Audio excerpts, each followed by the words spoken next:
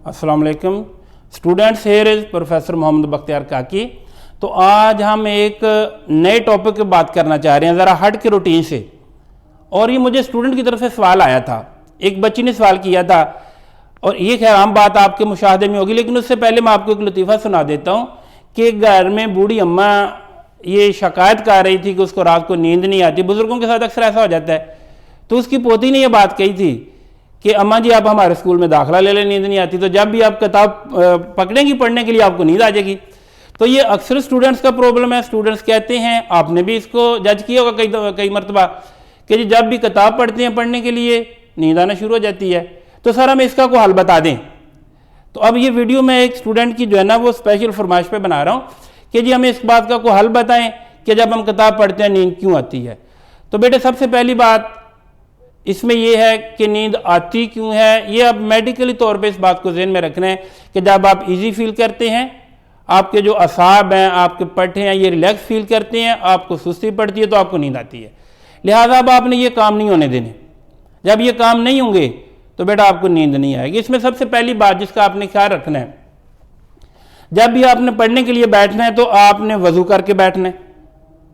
कुछ बच्चे कहते हैं अच्छा मुंह धो ले, मुंह धोने से बंदा फ्रेश हो जाता है, गुस्ल कर ले उससे बंदा फ्रेश होता है, आप शावर ले लें बंदा फ्रेश हो जाता है। लेकिन अगर आप वजू कर लेते हैं तो ये तो वैसे भी सवाब का काम है और इसमें अल्लाह की बरकत भी शामिल हो जाती है। तो सबसे पहला स्टेप ये है कि आपने पढ़ने से पहले वजू करना है, जिससे आप फ्रेश हो जाएंगे। और जब दूसरी बात, जब आपने पढ़ने बैठना है तो बेटा अक्सर स्टूडेंट ये करते हैं कि इधर जो है ना वो दाएं तरफ हाथ रखा मुंह के नीचे और करवट लेके पढ़ना शुरू कर दिया, या बाएं तरफ रखा इधर को करवट ले ली पढ़ना शुरू कर दिया। जब भी आप करवट लेंगे, आप टेक लगाएंगे, आपके पट्टे जो है ना वो इजी फील करेंगे, रिलैक्स फील करेंगे, रिलैक्स फील करेंगे, सुस्ती पड़ेगी तो आपको विद इन हाफ आवर जो है ना वो नींद आना शुरू हो जाएगी। तो दूसरा काम आपने ये नहीं करना, आपने टेक लगा के नहीं बैठना, ना दाएं करवट पे, ना बाएं करवट पे, ना पीछे, आपने पट्टों की टेक लगानी है। हाँ, अगर आपको टेक लगाने की भी ज़रूरत पड़ती है, फॉर एग्जांपल को कमर दर्द का प्रॉब्लम, तो सिर्फ कमर की टेक लगानी है। कमर के अलावा और आपने गर्दन की सर की टेक नहीं लगानी। पीछे को नीचे तकिए रखा और बैठ के पीछे को रिलैक्स होके, नहीं, ऐसा नहीं है, ठीक है। और इसका बेहतरीन हाल ये है कि आप चेयर पे बैठें। जब आप चेयर पे इस तरह 90 के एंगल पे बैठते हैं बेटे, तो इसमें आपकी कमर दर्द भी नहीं होगी। सबसे बेहतरीन तरीका पढ़ने का ये है कि आप चेयर पे बैठें और चेयर पे बैठ के पढ़ें। और लेकिन अगर आपने बेड पे भी बैठना है तो टेक से अवॉइड करना है। बेड पे बैठें, दोजानू होकर बैठ जाए जी, चौकड़ी लगा के आप बैठ जाए, ताकि आप टेक ना लगेगी तो नींद नहीं आएगी। तीसरी बात जो अब इसमें करने जा रहे हैं आप, बेटा आपने रात को पढ़ने के लिए बैठना तो खाना आपने कम खाना है।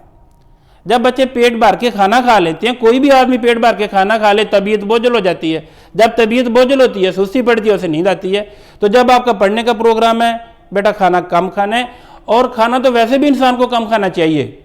कहते हैं ना कि कम खाना, कम सोना, कम बोलना, इनमें हिकमत है। तो इंसान अगर वैसे भी कम खाता है तो उसके बीमार होने के चांस कम से कम होते हैं, वो एक्टिव रहता है, फिट रहता है।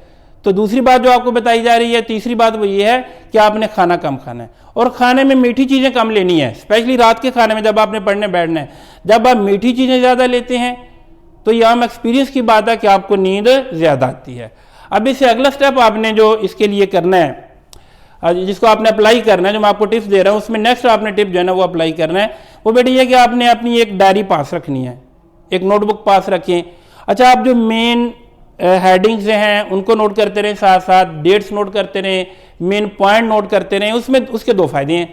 एक तो जिस चीज़ को आप नोट करेंगे वो आपको याद हो जाएगी, और दूसरी बात है जब आप हरकत में रहेंगे तो नींद नहीं आएगी। ये बात याद रखना, जब तक आप हरकत में आपको नींद नहीं आएगी।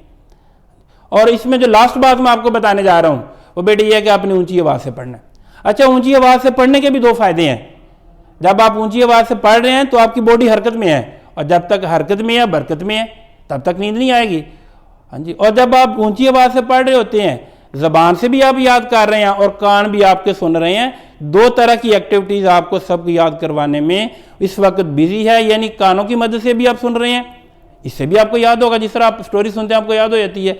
ज़बान से आप ऐसे ही याद कर रहे हैं, तो इससे आपको याद भी डबल होगा, अच्छे तरीके से याद होगा, और आपको नींद भी नहीं आएगी। इंशाअल्लाह आप इन टिप्स पे अमल करें और आपको कभी जो है ना पढ़ने के दौरान नींद नहीं आएगी। अल्लाह हाफ़िज़, फ़ी अमानिल्लाह।